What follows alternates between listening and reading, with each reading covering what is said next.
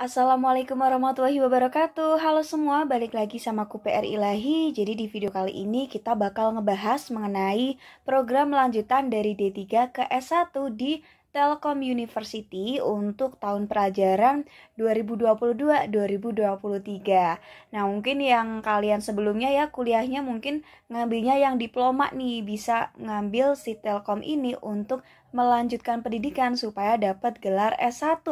Oke, kita langsung aja lihat informasi yang pertama. Nah, informasi yang pertama di sini adalah mengenai biaya pendaftaran nih teman-teman. Jadi untuk biaya pendaftarannya ada di angka Rp400.000. Nah, ini kayaknya nggak terlalu mahal ya kalau kita lihat-lihat ya. Mungkin kalau kita bandingkan dengan UM reguler untuk S1 ataupun mungkin UTBK. Jadi insya Allah masih kejangkau lah ya sama kantong kita. Oke, kita next ke info yang berikutnya, yaitu mengenai jadwal pendaftaran. Jadi ini disimak baik-baik ya teman-teman ya untuk jadwal pendaftarannya. Jadi buat kalian nih yang mau lanjut dari D3 ke S1 di Telkom University, pendaftarannya dibuka dari 4 Oktober 2021 sampai 7 Januari 2022. Nah, sedangkan untuk tes TPA-nya ini mereka membagi ke 3 gelombang.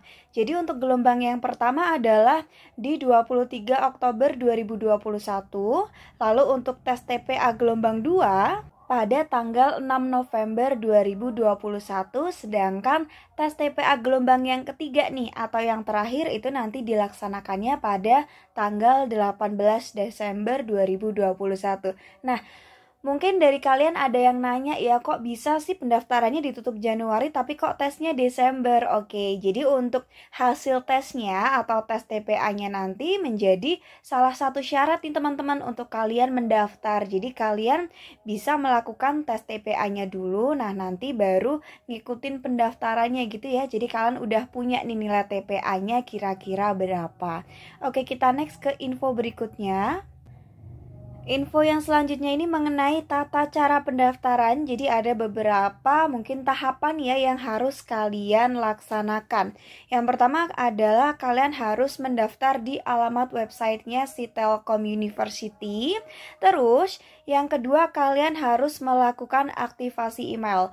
Nah, teman-teman harus perhatiin bahwa email yang kalian gunakan itu memang email kalian ya dan aktif dan juga diingat-ingat passwordnya. Karena jangan sampai nih kalian udah ngedaftar ternyata ada pengumuman di email, kalian lupa password atau bahkan emailnya kalian ngarang nih, mungkin pakai email keluarga atau mungkin saudaranya ya. Oke, kita next ke yang ketiga, yaitu adalah nanti setelah kalian emailnya sudah terverifikasi, nanti kalian harus login kembali nih ke alamat websitenya untuk mengisi biodata dan juga mengikuti langkah-langkah selanjutnya yang sudah ada ya atau tertera.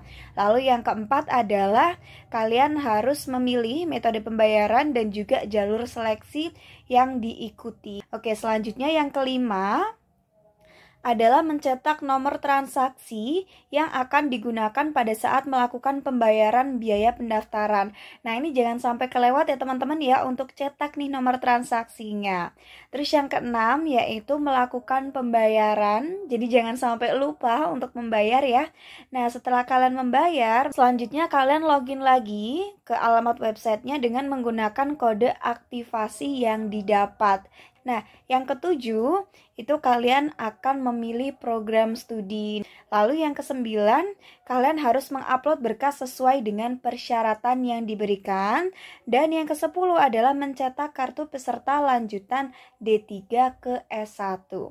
Oke, kita next ke info berikutnya. Oke, jadi ini ada tambahan nih teman-teman bagi kalian yang bukan berasal dari Telkom University, maka nanti kalian diharuskan untuk mengisi suatu form. Nah, ini karena aku tidak menampilkan formnya, tapi aku tampilin ya apa aja sih yang nanti harus kalian isi. Yang pertama tentunya adalah nama kalian ya teman-teman ya, nama asli loh, nama resmi. Terus yang kedua ada email, ingat ya, jadi emailnya ini email yang memang biasa kalian pakai dan aktif, dan passwordnya pun kalian ingat. Terus yang ketiga adalah nomor handphone, ini diusahakan nomor handphone pribadi ya, jangan nomor handphone orang tua atau mungkin temennya nih, pas daftar pakai HP temennya, jangan ya teman-teman ya. Terus yang keempat adalah asal universitas, jadi mungkin kalian berasal dari universitas mana, silakan dicantumkan saja. Lalu yang kelima ada tahun lulus, lalu ada juga asal program studi, sorry ini bukan S3 ya, tapi D3. Jadi asal program studi kalian itu apa, lalu juga program studi S1 yang dituju. Kemudian ada IPK, terus ada judul TA atau skripsi, ditulisin aja judulnya apa ya teman-teman. Terus juga ada nama pembimbing TA atau skripsi. Mungkin ada yang udah lupa nih TA apa. Jadi TA adalah tugas akhir. Nah, selain ke 10 ini masih ada tambahan nih teman-teman, yaitu ada pelampiran ijazah atau SKL, terus juga ada transkrip nilai, ada silabus, dan juga ada akreditasi program studi D3. Nah, mungkin kalian nanya ya, kenapa yang ini warnanya biru? Jadi kalau yang biru ini dia dalam bentuk file dan ada aturannya teman-teman. Kalian boleh filenya berupa PDF, JPEG, JPG, atau PNG dengan ukurannya itu kurang dari 5 MB. Jadi semisal ukurannya lebih dari 5 MB, silakan kalian kecilin dulu ya ukurannya. Oke, kita next ke info berikutnya. Nah, teman-teman, kita masuk ke persyaratannya nih. Tapi sebelumnya aku mau ngejelasin dulu ya. Jadi nih kalau kalian lihat di poin kedua ini ada S1 Informatika, terus ada D3 Rekayasa Perangkat Lunak Aplikasi dan juga Sistem Informasi. Nah, ini mungkin ada sedikit perbedaan dengan tadi tabel yang aku tampilkan. Tapi itu aku juga kurang paham ya teman-teman ya, karena ini aku ngambil dari websitenya sudah seperti ini. Jadi mungkin untuk lebih jelasnya lagi bisa ditanyakan ke pihak Telkomnya. Oke, kita langsung bahas di sini. Nah, yang pertama untuk ke-6 S1 ini IPK kalian minimal adalah 3,00. Jadi semisal kalian udah punya nih IPK-nya 3,1 atau 3,2, 3,3 itu insya Allah sudah aman ya teman-teman. Terus nilai untuk TOEFL atau IELTS, sorry ini kayaknya typo ya, bukan TOEFL, tapi TOEFL atau IELTS-nya ini minimumnya adalah 400. Lalu untuk TPA-nya ini sertifikat minimum 2 tahun terakhir adalah lebih dari atau sama dengan 450. Dan perlu kalian perhatikan bahwa ketika kalian mau mendaftar ini, pastikan kalian adalah lulusan 3 tahun terakhir, yaitu 2020, 2021, dan juga 2022. Oke, kita next ke info yang berikutnya, yaitu ini ada hal penting yang juga harus kalian perhatikan. Yang pertama, peserta wajib memiliki ijazah prodi asal D3 atau surat keterangan lulus.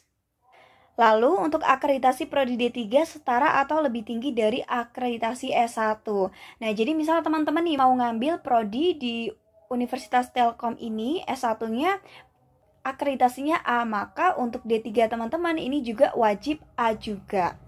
Nah, semisal kalau kalian mau ngambil S1 di Telkom yang dia akreditasinya B, tapi mungkin D3 teman-teman akreditasinya A, itu juga sangat diperbolehkan ya, karena keterangannya adalah sama dengan atau lebih tinggi. Nah, terus yang kedua nih, sertifikat TOEFL atau IELTS-nya berasal dari Pusat Bahasa Telkom University. Ini khusus mahasiswa asal Telkom University ya.